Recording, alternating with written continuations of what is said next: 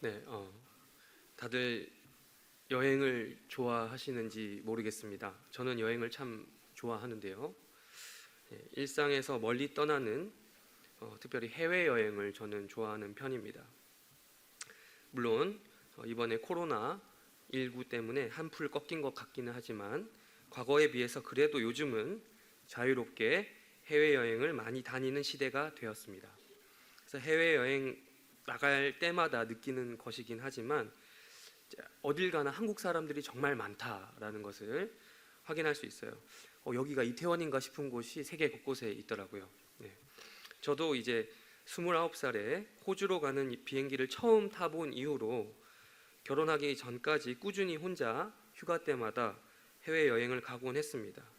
물론 결혼하고 나서도 이게 시간이 이렇게 잘 나진 않지만 그래도 이제 해외여행을 갈 수 있으면 가려고 노력하는 타입입니다. 그래서 아직 아이가 없기 때문에 제가 상대적으로 좀 자유로운 것 같은데 이제 아이가 생기면 어떻게 될지는 모를 것 같습니다. 근데 이제 오늘 본문 말씀에 보면 어떤 한 사람의 해외 여행 이야기가 나옵니다. 예수님께서 하신 비유에 등장하는 귀인이라는 사람의 이야기입니다. 오늘 말고 지난주 수요일 어머니 기도회에서 담임 목사님께서 해주신 설교에 나왔던 문화 비유의 말씀이죠. 예수님께서는 당시 실제로 있었던 상황에 맞추어서 말씀하시고 계십니다. 이 이야기는 좀 어떻게 보면 정치적인 것과 관련이 있기 때문에 좀 유심히 들어야 될 필요가 있습니다. 여러분 정치 혹시 좋아하십니까? 지금 현실 정치에 대한 수많은 이슈와 이야기들이 있죠. 오늘 말씀도 어떤 정치적인 배경을 이해해야 말씀을 잘 들을 수 있습니다. 제가 지금 교회에서 정치 이야기를 하려고 하는 것이 아니라 좀 그때 당시 현실 정치가 아니라 그때 당시 정치가 어땠는지 그 배경을 보아야 이해를 할 수 있다는 것입니다. 예수님이 살던 당시 유대 지역의 정치적 상황, 역사적인 상황이 어땠는지 살펴보겠습니다. 당시 유대는 누가 다스리고 있었습니까? 로마가 다스리고 있었습니다. 유대는 로마의 식민 통치를 받고 있었죠. 그런데 단순히 로마의 일방적인 통치를 받는 것이 아니었습니다. 유대인들은 또 다른 권력에 의해서 이중적으로 다스림을 받고 있었어요. 누굽니까? 헤롯 왕입니다. 유대는 유대인 왕에 의해서만 다스려지는 그런 시스템이 아니라 로마라는 거대한 제국에 빌붙어서 공식적으로 통치권을 허락받았던 헤롯 왕가에 의해서도 다스려지고 있었습니다. 결국 유대에는 공식적인 권력이 두 가지가 있었죠. 하나는 로마의 총독이고 하나는 헤롯 왕가였습니다. 이 두 권력은 누구 하나 우월하다 할 수 없는 측면이 있었습니다. 그리고 둘은 서로 친하지도 않았습니다. 그래서 우리 예수님이 십자가에 못 박히시는 사건을 들여다보면 로마의 총독 빌라도와 헤롯이 서로 미루는 것을 볼 수 있습니다. 세간의 주목을 끌고 다닌 그 예수라는 인물을 처리하는 껄끄러운 임무, 그것을 괜히 맡았다가는 본전도 못 찾는 거죠. 둘 다 자기들한테 피해가 오는 것을 싫어했던 것입니다. 예수님께서는 이런 유대의 정치적인 배경 속에서 일어난 특정한 어떤 사건을 염두에 두고 말씀하고 계십니다. 어떤 사건입니까? 아기 예수님을 죽이려고 했던 헤롯 대왕이 죽고 난 이후에 일어난 사건입니다. 성경에 이 사건의 배경에 대해서 나오지 않기 때문에 설명을 드리겠습니다. 이 아기 예수님을 죽이려고 했던 헤롯 왕은 헤롯 대왕이라고 불리는 사람이었습니다. 근데 이 사람이 죽기 전에 자신의 왕국을 세 아들인 안티파스, 빌립, 아켈라오 이 세 사람에게 분할해서 주었는데 이 일은 그냥 자기들이 하고 싶다고 해서 되는 일이 아니었습니다. 아까 말씀드린 바대로 로마 정부의 공식적인 승인이 필요했습니다.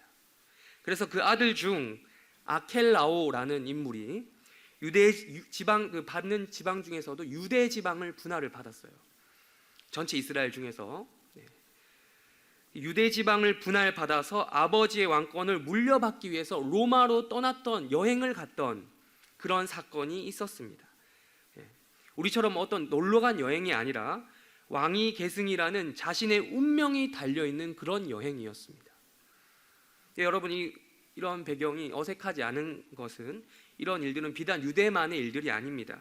옛날에는 여러 작은 나라들이 왕위 계승자가 왕이 되기 위해서 자신을 그 나라보다 더 큰 나라 대국에 찾아가서 허락을 받아야 됐습니다. 멀리 갈 필요가 없죠. 우리 조선시대 때도 그랬습니다. 조선시대 때 조선 임금이 되기 위해서 공식적으로 인정받기 위해서 어디로 갔습니까?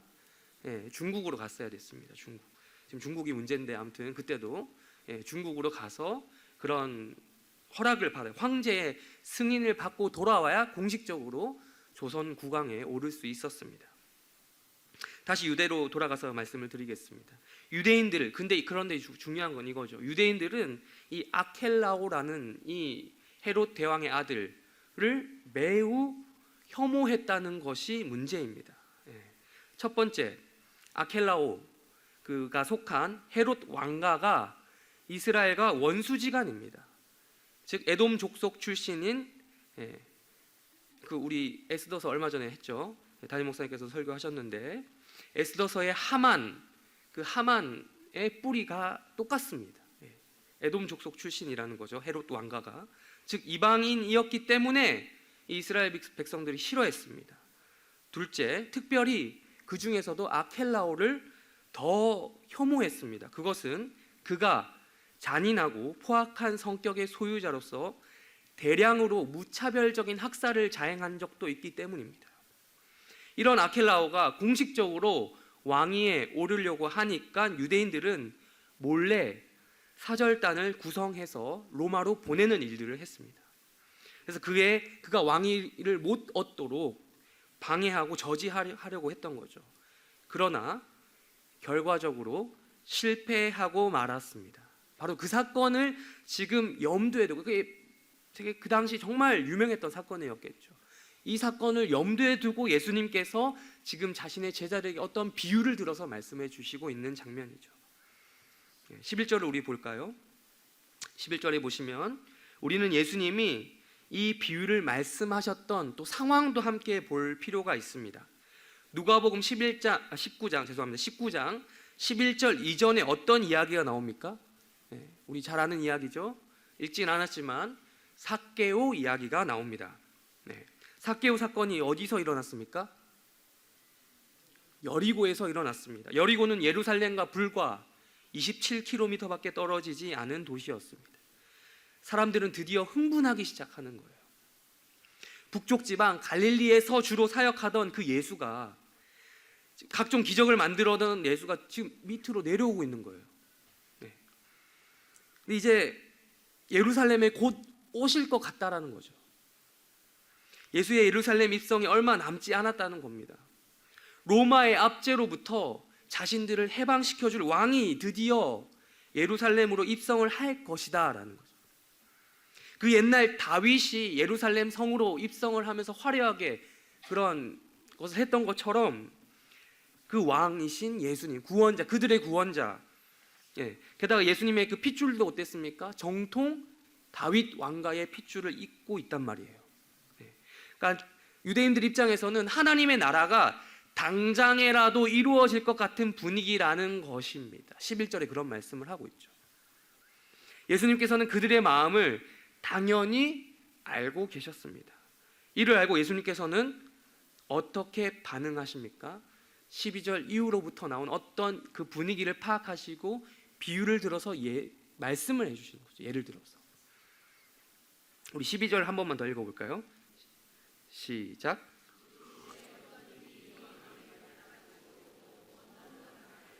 여기서 말한 귀인은 누구일까요? 어려운 말이 아닙니다. 귀한 사람이죠. 귀한 사람, 귀족 신분을 가진 사람, 왕위를 계승받을 왕위 계승순위 1순위에 있는 사람이라고 할 수 있겠습니다. 먼 나라로 이 사람이 갔다라고 이야기를 시작합니다. 귀인이 먼 나라로 떠나갔다고 하면 유대인들은 바로 이해하는 거예요. 그 사건, 아켈라오가 그 왕위를 받으러 간 그 사건이라고 바로 이해할 수 있었을 것입니다. 고대 사회에서 여러분 팔레스타인 지방에서 로마로 가는 길은 여러분 엄청난 일이었어요. 지금이야 뭐 비행기, 배 편하게 갈 수 있겠죠. 그런데 당시 물론 바다를 건너서 갔으면 그나마 빨리 갔겠지만 그래도 그 당시 대해, 큰 바다라고 불렀던 지중해를 건너서 저 멀리 갔다라는 것은 정말 오랜 시간이 걸리는 일이었습니다. 우리 14절로 먼저 넘어가서 좀 말씀을 보겠는데요. 내용의 전개 편의상 14절부터 보도록 하겠습니다. 그런데 이 사람이 왕이 되는 것을 반대하는 사람들이 있었다는 거예요. 귀인이. 아켈라오가 왕이 되는 것을 반대하려고 유대인들 지도층에서 사람을 로마로 보냈던 적이 있다고 방금 아까 말씀드렸죠. 유대인들은 이 귀인을 미워했습니다. 그래서 왕됨을 원하지 않습니다라고 강력하게 로마의 황제에게 요청을 한 거죠. 그런데 이 요청을 황제가 함부로 묵살할 수 없었던 이유가 있습니다. 왜냐하면 황제가 그냥 거절 편하게 하면 되는데 그게 안 되는 이유가 있었어요. 왜냐하면 이 팔레스타인 지방은 로마 입장에서 상당히 로마가 여러 지역을 다스렸잖아요. 그 로마 다스렸던 영토를 우리가 기억하시리라 생각을 하는데, 로마에 있어서 그 중에서도 이 팔레스타인 지방은 상당한 골칫거리 지방 중에 하나였어요. 왜냐하면 다른 지방에 비해서 이 유대인들은 이 자존심이 상당히 있었어요. 그래서 그 신구약 중간기라고 하죠. 신약과 구약 사이에 있었던 일 중에 유대인들이 끝까지 항전을 하다가 단체로 집단 자살을 한 그런 사건도 있었어요. 이 항복하기 싫어서. 그러니까 그만큼 자존심이 상당했기 때문에 이 로마가 유대를 다스릴 때 상당히 이게 어르고 달래는 전략을 썼습니다. 그래서 유대인들에게 다른 지방에 비해서 자치권도 상당히 많이 부여되고 있었습니다. 잘 구슬려서 통치하려고 했었던 거죠. 그래서 로마는 이 유대인들에게 당근과 채찍을 적절히 사용하면서 했기 때문에 유대인들이 보냈던 그 사절단의 말을 아예 무시할 수 없었을 것은 거의 확실하다고 볼 수 있습니다. 근데 이 상황을 아는지 모르는지 이 사절단을 보냈다라는, 자기 몰래 갔는지 뭐 안 갔는지 모르는 이 귀인은 집을 떠날 때 어떻게 행동을 하고 갑니까? 13절 보실까요? 13절. 그냥 가지 않았습니다. 자기 집의 종들을 굴러서 일을 시키고 갔습니다. 종들마다 돈을 맡기고 가면서 장사해 하고 갔습니다.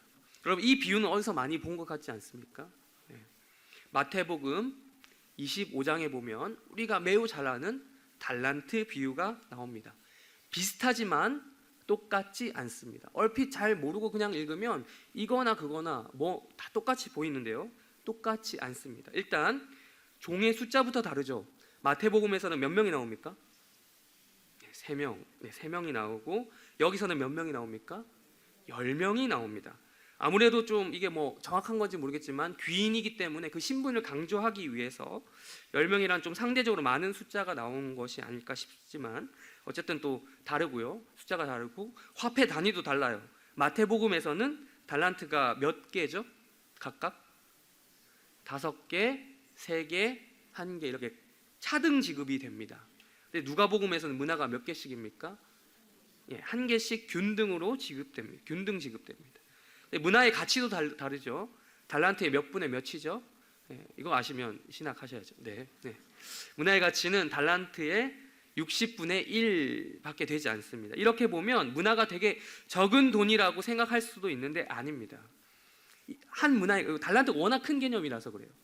한 문화의 가치는 노동자의 100일치 품삯이다라고 합니다. 그러니까 일용직 노동자의 임금을 지금 2020년 현재 최저 시급을 적용해서 보면 하루에 막 한 7만 원이라고 한다면 1문화는 약 700만 원의 정도 되겠다라고 볼 수 있습니다. 그리고 그것을 10문화라고 했으니까 7천만 원 정도가 되겠죠. 제가 장사를 해본 적이 없어서 확신 있게 말을 못하지만 이게 뭐 아예 시도조차 하지 못할 그런 자본금일까라는 생각을 해봅니다. 물론 장사의 규모에 따라 다르겠지만요. 또 결정적으로 두 가지 비슷한 비유가 다른 이유가 있어요. 결정적인 거예요. 누가복음이 관심을 두는 부분과 마태복음이 관심을 두는 부분, 그 관심 포인트가 다르다는 거예요. 마태복음에서는 24장을 보면 쭉 이야기를 하는데요. 일관적으로 무슨 얘기를 하느냐? 가까이 임박한 천국, 뭐 좀 어려운 말인데 천국이 곧 온다라는 거예요. 하나님 나라가 곧 온다 얘들아 하면서 예수님이 그런 이야기를 막 하시는 거예요. 그래서 설명하신 이후에 25장에서 천국에 대한 비유 3종 세트를 이야기해 주시죠. 열처녀, 달란트, 양과 염소, 이 비유를 하시죠. 그러니까 천국이 곧 오니까 너희를 준비하고 있어야 돼, 그 이야기를 하시는 거예요. 네. 근데 누가복음에서는 오히려 좀 반대적인 느낌이 있어요. 네. 누가복음 이 문화 장사 이야기, 그리고 이 문화 이야기만 나오는 게 아니라 아까 말씀드렸던 그 배경 있죠. 귀인이 왕위에 오른 이 사건이 두 가지가 섞여 있어요. 네, 섞여 있습니다. 여기서 강조점은 곧 오게 될 임박한 천국이다. 아까 그 마태복음 그거라기보다는 오히려 멀리 떨어져 있는 하나님 나라를 우선적으로 말하고 있는 것처럼 보인다는 것입니다. 11절에서 보면 유대인들이 아까 말씀드렸죠. 11절 유대인들이 예수님께서 여리고 즉 예루살렘 근처로 오시니까 수군수군 거렸다고 했어요. 즉 하나님의 나라가 당장에 올 것이다 라고 생각을 했습니다. 그러나 예수님은 오히려 먼 나라로 떠난 귀인을 말씀하십니다. 즉 이거죠. 천국은 얘들아 너희들이 생각하는 것만큼 그렇게 빨리 오지 않아. 아니 천국이 안 온다는 것이 아니라 오긴 오는데 너네들이 그리는, 너네들이 상상하는 그런 천국은 오지 않아. 너네들이 꿈꾸는 천국, 정치적인 해방, 로마의 압제로부터 해방, 그런 것은 너희가 생각하는 그 천국, 그 진짜 천국이 아니야. 너희가 나를 기대하고 있니? 너희가 꿈꾸는 그 메시아는 너희들의 정치적인 거, 사회적인 거, 경제적인 거 이런 것들, 이 땅에서 좀 더 나은 수준을 말하는 그런 해방자, 그것이 아니야. 혹시라도 그런 의미에서 천국을 찾는다면 아니야, 그런 천국은 멀리 있어 라는 말씀을 하시기 위해서 누가복음 비유를 드신 것이라는 거죠. 이어서 15절부터 19절까지 쭉 한번 눈으로 보시겠습니다. 비유 이야기 안에서 14절에서 15절까지 훅 시간이 지나갔어요. 아까 오랜 시간이 걸린다고 했죠. 시간이 많이 흐른 것으로 확인하면 되겠습니다. 결국 일이 다 끝났어요. 귀인이 왕위를 허락받고 돌아왔습니다. 그 과정에 대해서 성경은 관심이 없어요. 예수님께서 말씀하실 때는 그 사이 어떤 어려움이 있어 별로 관심이 없는데 어쨌든 귀인이 왕위를 허락받고 돌아왔습니다. 아켈라오 이야기를 좀 마무리하자면 로마 황제는 유대인 사절단을 무시할 수는 없었겠지만 헤롯 왕가가 이때까지 자신에게 보여주었던 충성심이 있었단 말이에요. 그게 너무 대단했기 때문에 왕위를 허락해 준 것으로 결론이 났습니다. 어쨌거나 성경에서도 마찬가지로 귀인은 진짜 왕이 되었다라고 말씀합니다. 그런데 이상하게도 왕이 된 그 귀인은 오자마자 잔치판을 벌여야 될 것 같은데 상식적으로 그 기쁜 일이 있으면 오자마자 얘들아 판을 벌려라 해야 될 것 같은데 그러지 않았습니다. 뭐부터 했다고 합니까? 종들 보고 맡기고 간 돈 가지고 장사를 잘했나 못했나 확인하는 거죠. 왕이 지금 이 사람이 이제 더 이상 귀인이 아니에요. 왕이에요. 이제 왕이 즉위식을 이제 하면 되는 건데 정식으로 즉위하면 이제 나라 전체가 난리가 날 텐데 지금 하고 있는 일이 되게 쪼잔해 보이는 거죠. 지금 왕이 된 사람이 쪼잔하게 지금 7천만 원? 남겼나 안 남겼나? 그 돈이 아쉬워서 그랬을까요? 우리 같은 서민이야 그런 700만 원만 걸려 있어도 되게 아쉬워했겠지만 지금 여기는 나라 전체를 다스리는 왕의 이야기란 말이죠. 지금 그 돈이 아쉬워서 그러느냐, 그건 좀 상식적으로 벗어난 이야기. 정산을 했고 정산과 동시에 왕은 지금 자기 종들에게 남긴 돈만큼 다스릴 도시를 나누어 줬습니다. 한 문화당 한 도시. 왕은 자기가 귀인 시절 때부터 동고동락하던 종들을 잊지 않았습니다. 그들의 작은 순종에 대한 보상은 어마어마했습니다.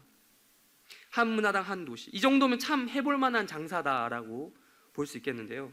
근데 그 비밀을 나중에야 가르쳐주는 주인이 좀 야속하기도 했을 것 같습니다. 미리 공약을 해두고 떠났으면 좀 더 열심히 투자하고 장사했을 텐데 라는 거죠. 이를 통해 우리가 발견할 수 있는 메시지가 무엇이겠습니까?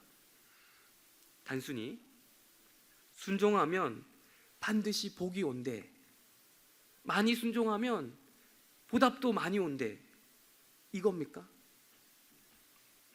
아니라는 거예요. 이 말씀이 하고자 하는 주제는 순종을 얼만큼 해라, 그러면 너도 얼만큼 복을 받을 것이다, 그게 아니라 여기서 우리는 발견해야 될 반드시 한 가지 포인트가 있다면 주인과 종들 간의 어떤 끈끈한 관계라는 거예요. 여러분, 왕은 그냥 되는 것이 아니죠.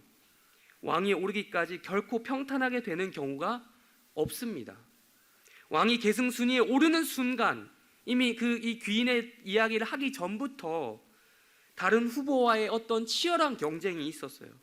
목숨을 걸고 하는 그런, 목숨을 걸어야 되는 그런 삶을 살아가야 하는 것이 귀인의 운명이었습니다. 이 경쟁에서 낙오하면 그냥 숙청입니다. 왕이 후계자 서열에 포함되는 순간 암살의 위협부터 시작해서 각종 정치적인 모략, 숱한 모함 속에서 자신의 입지를 구축해야 합니다.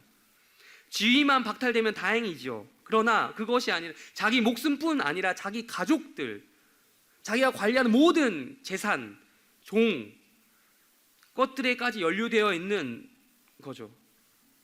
왕이 되려는 자 왕관의 무게를 감뎌라, 뭐 이런 말도 있는데요. 이건 거의 도박과 같은 거죠. 뭐 아니면 도 같은 특성이 있는 거죠. 우리는 바로 이런 시절부터 함께 동고동락하면서 맺어왔던 주인과 종들의 관계를 발견해야 하는 것입니다.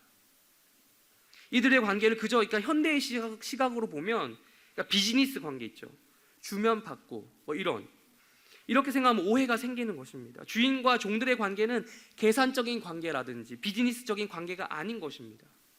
열무나 비유의 주종 관계에서 오는 순종은 비즈니스가 아니라 함께 어려운 시절을 없던 시절부터 함께 지내오며 극복하는 과정에서 오는 눈물겨운 한편의 심파극 같은 거예요. 우리는 주인이 먼 길을 떠나면서도 자신의 그 자산을 나누어 맡기며 어떤 장사시키는 주인의 배포와 더불어 그들을 향해 베풀어지는 사랑을 발견해야 합니다. 여러분, 이것은 신뢰 없이 주인의 그 종들을 무한정으로 인정하고 믿어주는 신뢰 없이는 불가능합니다. 신뢰 관계에서 오는 종들의 순종이죠. 이 신뢰와 순종 사이에 있는 유기적인 관계를 우리는 발견해야 합니다. 이것 때문에 왕이 된 귀인이 오자마자 자기 종들과 정산을 하는 거예요. 이 정산이 너 얼마 했어? 내놔. 이게 아니라 너 얼마 했니? 야, 너 이만큼 했구나. 내가 너에게 도시 줄게. 이 땅을 줄게 하는 거예요. 이건 보상이라고 할 수 없는 거죠. 은혜라고 하는 겁니다. 이런 거.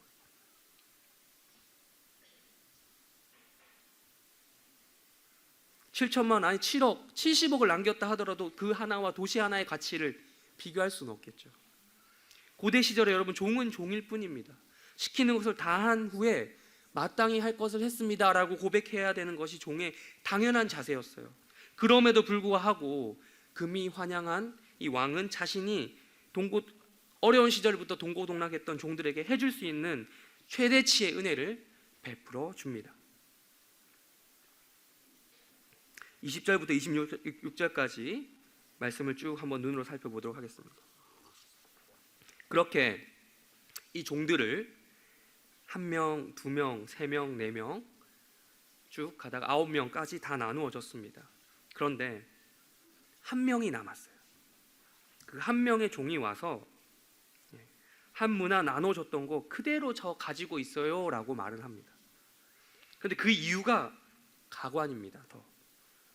나는 주인님이 얼마나 엄한 사람인지 압니다 라고 이야기하는 거예요. 이 엄하다는 말은, 좀 엄하다 했을 때 이게 의미가 모호할 수 있거든요. 이 엄하다는 뜻은 원어적으로 봤을 때 좀 메마르다, 딱딱하다, 뭐 이런 의미를 가지고 있습니다.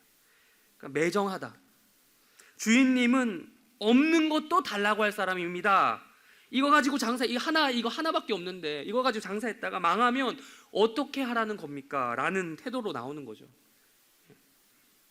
이 말을 들은 주인이 이렇게 말합니다. 야, 이 나쁜 놈아, 네가 나보고 지금 엄하다라고 했는데 없는 것도 달라고 할 사람이라고 지금 그러는데 진짜 네가 나를 그렇게 알고 있었다면 돈 잃어버릴 게 걱정돼서 그랬다면 차라리 이 돈을 은행에 맡기지 그랬어. 예. 그러면 이자라도 붙어서 돈이 좀 더 늘어났을 거 아니냐? 이건 핑계라는 거예요. 예. 사실 너는 처음부터 내 말에 별로 관심이 없었구나. 네가 지금 나보고 나쁜 엄한 주인이라고 했지 진짜 내가 너에게 나쁜 것이 무엇인지 보여줄까 하면서 있던 것도 뺏어갔습니다.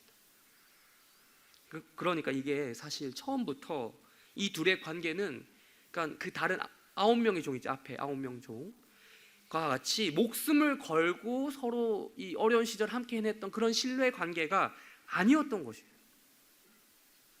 왕이 귀인이었던 시절부터 종은 주인을 믿지 않았던 것입니다. 불신하였어요. 마지막 종은 지극히 비즈니스적인 관계로 이 주인과의 관계를 설정하고 있었던 것입니다. 주인이 왕이 되든지 말든지 그게 나랑 무슨 상관이람 하면서 관심이 없었던 거죠. 내 일이 아니라고. 수건에 쌓아두었다라고 하는데 그렇게 이 수건에 쌓아두었다는 표현이 나오죠. 이 수건에 쌓아두었다고 하면 되게 조심스럽게 잘 보관하고 있는 것처럼 보이지만 사실은 그 동전 덮어두고 꼴 보기 싫다는 거예요. 동전이 계속 보이는 데 있으면 동전만 보면 주인이 생각나거든요. 그러니까 이 둘의 관계는 이번 사건을 통해서 먼 길을 여행하는 시간을 통해서 상당한 이 시간을 통해서 확인이 된 거예요. 신뢰 관계가 아니라 비즈니스 관계였다. 이 종의 입장에서는 주인이 왕이 되든 말든 상관이 없는 거죠. 주인은 이 동전을 빼앗아서 다른 종에게 주었다라고 말씀을 합니다. 27절 우리 한번 또 읽을까요? 마지막 27절입니다. 시작.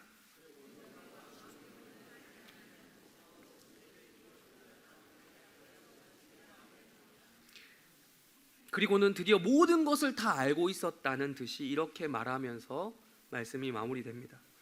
그리고 내가 왕이 되지 원하지 않았던 사람들 있지, 걔네들. 내가 여기 떠났을 때 사람 보냈던 걔네들, 나 왕 못 되게 방해했던 걔네들 다 붙잡아서 내 앞에서 죽여라는 것입니다. 되게 잔인한 메시지로 마무리가 되는데 여러분 사실상 이 말씀이 말하는 건 그거예요. 주인이 왕이 되지 않든 말든 되든 말든 관심이 없었던 그 종이나 귀인이 왕됨을 원하지 않았던 원수들이나 똑같은 포지션이라는 거예요. 마지막에는 반드시 그 종 혹은 그런 원수들을 향한 징계위원회가 열린다라는 거예요. 이 왕에게는 왕이자 귀인이자 주인이 이분의 영광과 아무런 관계가 없으면 그 결과는 무엇이냐? 징벌뿐이다. 가지고 있던 문화를 빼앗기거나 아니면 목숨을 빼앗기거나 라는 것입니다. 말씀을 정리하겠습니다. 오늘 이야기는 도대체 우리에게 무엇을 말씀하고 있습니까? 다 아시겠죠? 귀인이 누구입니까? 우리 주님입니다. 예수님입니다. 예수님이 지금 자기 자신을 이야기하시는 거예요. 예수님이 왕위를 받으러 먼 나라로 갔다라는 것이 무엇을 의미합니까? 첫 번째, 유대인들이 생각했던 그 나라는, 그 천국은 너희들이 생각한 그런 나라가 아니라는 것입니다. 그런 하나님 나라는 멀었다는 거예요. 멀리 있다라는 거예요.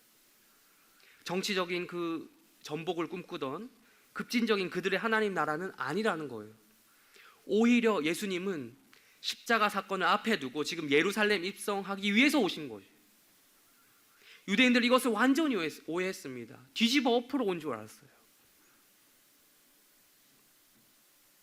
둘째, 십자가 사건 이후로 부활하시고 하늘 위에 높이 들려오셔서 왕권을 회복하신 그때를 말함입니다. 이 비유를 들려주실 당시 유대인들은 물론이고 제자들조차, 이 말씀을 듣는 그들조차 무슨 말인지 몰랐을 것입니다. 그야말로 딴 나라 이야기처럼 들렸을 거예요. 하지만 예수님께서는 정말 이 완전한 하나님이시자 완전한 사람이신 그 예수 본인만이 가실 수 있는 그 길, 그 먼 나라의 길, 힘든 길, 그 십자가의 길을 가셨습니다. 십자가 죽음은 그 자체에서 그치지 않고 궁극적으로 부활의 영광, 그리스도 자신의 왕권의 회복을 끝으로 합니다. 그래서 누가복음 마지막 부분, 그리고 사도행전 초반부에 보면 높이 들리신 예수님, 승천하신 예수님이 반복적으로 등장하는 것입니다. 셋째, 이 예수 그리스도가 이 세상의 종말 때에 다시 오실 것을 말씀합니다. 지금은 그리스도가 이미 하늘 위로 승천하셔서 우리 눈으로, 육안으로는 보이지 않는 시대를 우리들이 살아가고 있습니다. 그 나라는 너무 멀어요. 너무 멀어서 언제 예수님이 오실지 우리는 알지 못합니다. 그 시와 때는 오직 하나님만 아신다, 아버지 하나님만 아신다라고 주님께서도 말씀하셨어요. 우리에게도 그곳은 아직까지도 먼 나라입니다. 그렇다면 우리는 여기서 어떻게 지내야 하겠습니까? 먼저 우리는 정말 주님이 다시 오셔서 왕위를 가지고 돌아오시기를 정말로 원해야겠습니다. 과거 목숨의 위협을 함께 견뎌내면서 이 땅에 살아가면서 죽을지도 모르는 그런 환경 속에서도 동고동락하면서도 갖은 핍박과 어려움과 고난 속에서도 이 고난이 있기 때문에 더 끈끈해지는 정이 있단 말이에요. 그 뜨거운 애정이 있고 더 신뢰관계가 이 어려움 때문에 탄탄해지는 거예요. 그런 마음으로 주님이 다시 오시기를 애타게 기다려야 한다는 것입니다.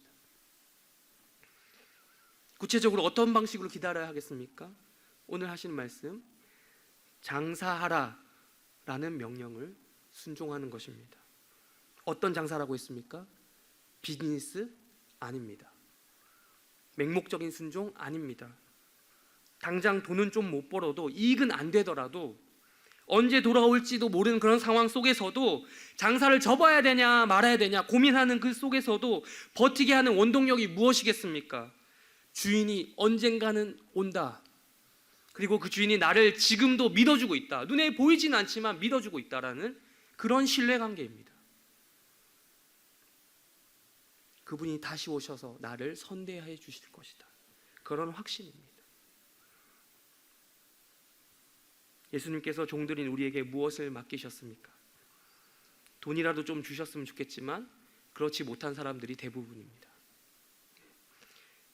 담임 목사님께서도 문화에 대해서 설명하셨지만 우리에게 똑같이 공평하게 한 문화씩 주셨어요.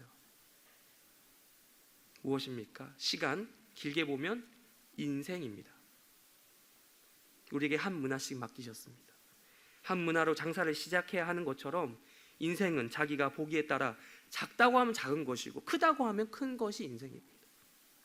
우리에게 주신 이 공평한 인생, 시간을 언제 오실지 모르는 우리 주님이 다시 오실 때까지, 혹은 우리가 주님께 다시 갈 때까지 신뢰관계 속에서 순종하면서 살아가도록 합시다. 정말 마지막으로 말씀을 드리겠습니다. 지금 전 세계가 난리입니다. 코로나19 때문에 난리죠. 오늘 대구에서 확진자가 확 늘었다고 하더라고요. 그럼에도 불구하고 우리는 이 자리에 모였습니다.